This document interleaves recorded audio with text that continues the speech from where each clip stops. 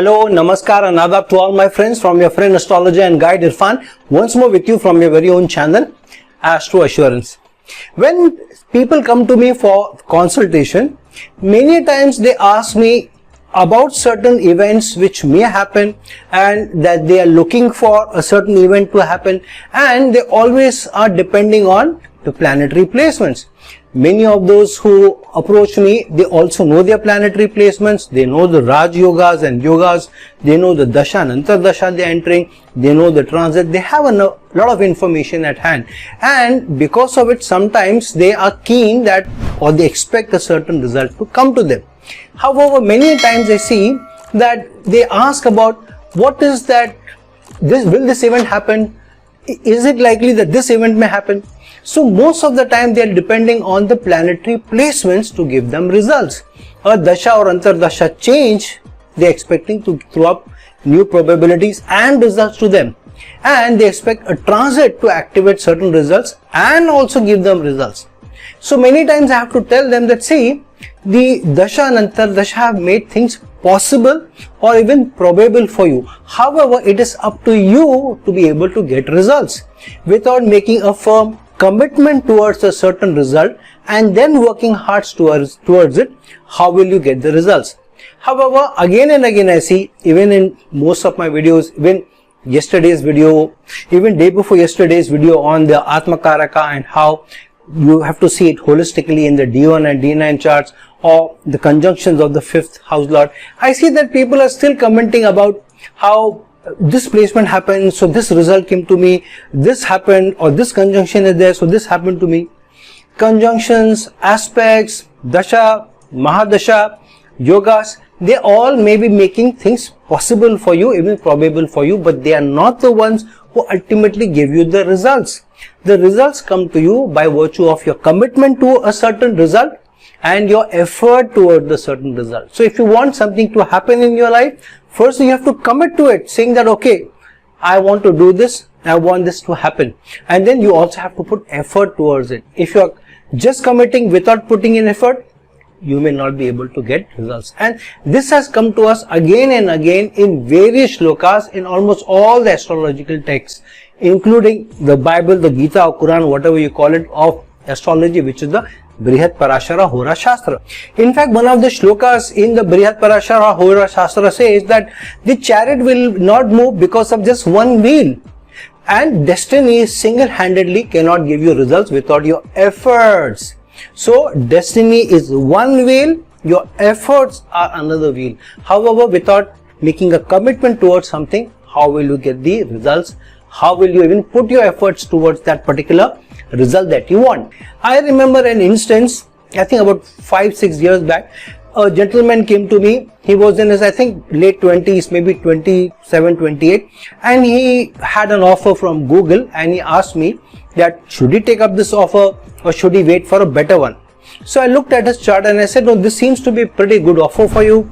The brand is good, the timing is good, the transit has just happened, so it's a good period for you. So obviously this offer has come to you, it's a good company, you should probably go for it, you should take up the offer. But the man, he heard me and he said, but this is not right, the role is good but the money is not right, yes, the brand is good.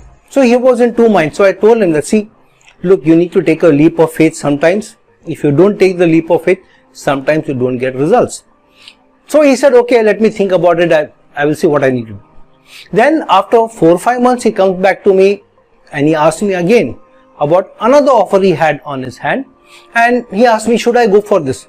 But I asked him that, but few months back, and I know this person because he is somebody who's known to me and he came to me through a reference. So I was keen, because somebody who's within your family or within your circle of known people or friend circle, you want to know what's happening in their lives. So when he came to me after 3 or 4 months, I asked him, what happened to the Google offer? Because this offer that you're asking me whether you should take or not is not so much good as the Google offer. In fact, it's less than what Google was offering. Google was a better brand. He said, yeah, I turned that offer down. Why did you turn that Google offer down? Because he said, I was expecting something better. So I said, now you are asking me for something which is much below the brand of Google, much below what Google offered you in terms of role, in terms of designation, in terms of money. what did you do? He said, yes sir, I made a mistake, I should have taken it up, and I thought I would get something better, and I had very high aspirations, so I was waiting for something good. So I said, high aspirations is good, but you had an offer on hand from Google. If you're always waiting for the best thing to happen to me, only then I'll take a certain decision, it will be a problem. But what perplexes me most is that sometimes some people are too much into analysis, deep down, and will this happen, and how about this and all. We have something called in the corporate terms, which is called paralysis by analysis, which means you analyze a person too much, you analyze a situation too much, or overanalyze a situation too much, you overanalyze a partnership too much, you look at the ulterior motive somebody may have, hidden things some partnership may have, hidden attributes a proposal may be having, and so you feel, no, I'm being manipulated, or I think I'm making a wrong decision, or I'm being flowed by emotions, or whatever. That's all is okay. To have that gut feeling and to depend on your gut feeling is okay. However, to be too much paralytic by analysis is a wrong thing that we should avoid. Sometimes it is important to take a leap of faith. Another instance I remember, somebody who came to me, I think 3 or 4 years back, from a very prestigious IT company in India, or he had an offer from a prestigious IT company in India, and he was a fresh MBA out of college. He had just finished his MBA, and he was an IT professional, had a high IT qualification. So he had this offer from a prestigious IT company, I think one of the top 3 or 4 IT companies in India, I don't remember. It was either maybe TCS, or it was Infosys, or maybe Wipro, any of these 2 or 3 companies.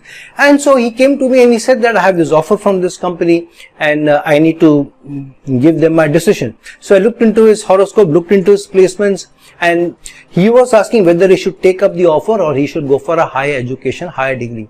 I saw that it was not the right time apt for him to go for a higher qualification, because his placements didn't support him, but it was the right time for him to go for a career, and after 2-3 years he may go for another qualification, or maybe an executive MBA. So I suggested to him, see, you should take up this offer. Education can wait for 2 or 3 years, because your placements are not right. You may not be getting into a good educational institute also. So take up this offer, work for 2 or 3 years, and then you can do an executive MBA maybe, or some other qualification you can do. So he said, okay, I'll think about it. And then he went away. Then he comes to me after 2 to 3 days and he says, sir, I lost the offer. I said, how did you lose the offer? You just came to me 3 days back saying that you have the offer. He said, I kept the company waiting for too long. So I asked him, how long back did you get the offer? He said, I got the offer a month back. So I said, why did you wait for a month? Don't you know that corporates, they don't keep an offer hanging for a long period. They make the offer to one, and if you don't get back to them within 2 or 3 days, they make the offer to somebody else. He said, yeah, they told me get back to us in 2 or 3 days, but I took a month. So they hired somebody else. So sometimes offers don't wait for you. People don't wait for you. Time doesn't wait for you. Proposals don't wait for you. Partnerships don't wait for you. If you take too much time and you get into paralysis by analysis, it doesn't help you. There is this saying in Hindi, in the Hindi language, अब पछताए होत क्या जब चिड़िया चुग गई खेत, which means after the bird has already attacked your fields and taken away the grain, what is the point of now crying over spilt milk? You should have done something to protect your fields earlier. So there is no point of regretting later when you have not taken the decision in the right time. So without first making a commitment and then putting your efforts, you don't get results. So first you have to commit to a proposal, to offer. Yes, okay, I'll take the offer. Then you have to work hard in the company, in the role, in the designation, and then when you work hard, you get results. I remember another instance, a man came to me and he wanted his son's horoscope to be matched with another girl's horoscope. I matched the horoscopes and said, this seems to be a good enough matching, and I think you should go ahead with it. Though it's not an ideal one, but it's good enough. The girl will be good for the family, the girl will be good for the boy, and they will more or less be a complementary pair to each other. You should go for it. Then he comes to me, the same man comes to me after 3-4 days and says, I was keen on this relationship because this girl is somebody who is in my family. This is somebody who's known to me, who's my friend's daughter, and the girl was keen on marrying my son, my eldest son, and she liked him. So she told her father that I like this boy. who is also the son of a family friend of yours, your own friend. So why don't you see whether he accepts a proposal, whether he will like to go ahead with the marriage proposal of this friend. So he said that I am keen, my friend is keen, but my boy is not so very keen.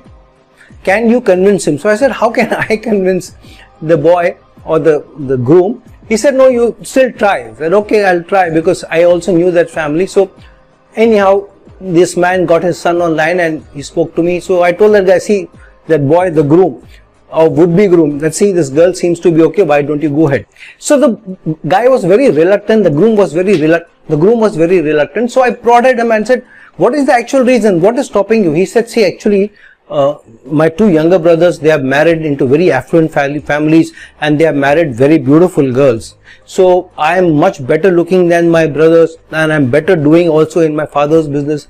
So I want a girl who's better than my brother's spouses. So I says, what does it have to do with your brother's spouses? If the girl is good for you, you go ahead. No, she's not as good looking as my brother's wives, and she's not from as richer family or as affluent a family from that. My brothers will chide me or tease me. So I said, this is something very foolish reason to turn down somebody. Anyways, I said, okay. So this boy, what does he do? He also gets into paralysis by analysis. He lets go of good results because of being keen on getting better and better. So sometimes, friends, you have to take a leap of faith. You need to go with the tide. I'm not saying just take a leap of faith whenever you feel even a little bit hope. Of course, you need to be a little bit more circumspect. You need to look into deep down whether this makes sense to me or not, whether your horoscope also tells you or not, whether the dasha, antardasha, the transit tells you something is good or not. However, if you are completely depending on the planetary placements or the dasha or antardasha to throw fantastic results for you, without you making a commitment, without you being ready to make the partnership good, the offer of a job good, or to get ahead in a good role, you will be the one who will be missing out. There is this Hindi movie, Zindagi Na Mile Dobara, which means you only live once. So in this Hindi movie, there is this one character called Kabir, which is played by, I think, Abhay Deol, who's the Indian actor, and he falls on his knees to propose to a girl whose name is Natasha in the movie, and played by Kalki, I think, an Indian actress. So he gets down on his knees and he proposes to her that, see, you are somebody who's known to my family, and I like you, you like me, why don't we get married? So she says, are you sure? I didn't think you looked at me that way, I didn't look at you that way, and she starts into a monologue. So after a couple of minutes, he says, Natasha, please say yes, because my knees are hurting. I cannot continue to be on my knees any longer.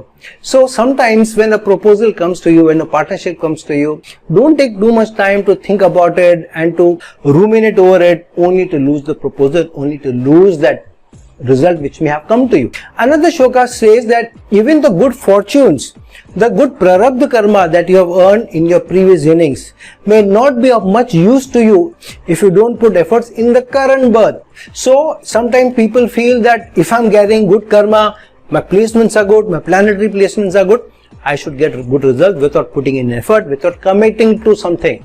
There is this story which I learnt in my young days, story of Paras money. Money means a stone. Paras means a precious stone. So this person, he has this Paras money, or if you get the Paras money, whatever you touch, that turns to diamond. So my dad was telling me that, see, there is nothing called the Paras money or the stone which turns anything to a precious stone by touch. He said the Paras money is the time that we have, that period of time when what we do, we will be getting better results in that time, because the time is right, the dasha or antardasha is right, the transits are right. So when that time is ripe, we should take decisions. We should not ponder too much, we should not overthink, we should not get into paralytic because of being analytic or over analytic. There is another shloka which says that if destiny is capable of giving you everything, then why should you put in efforts in the agricultural fields?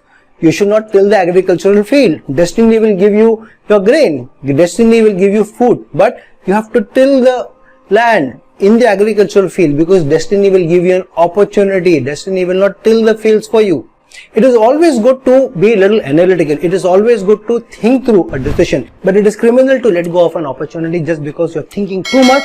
You are being over analytical about something. You are developing doubts for something and you're not ready to take a leap of faith. So friends, like this video, share this video, and if you're looking for a personal consultation from me, please reach out to me at the links given below. Until some other time, in some other video, this is your friend astrologer and guide Irfan signing off. Ciao.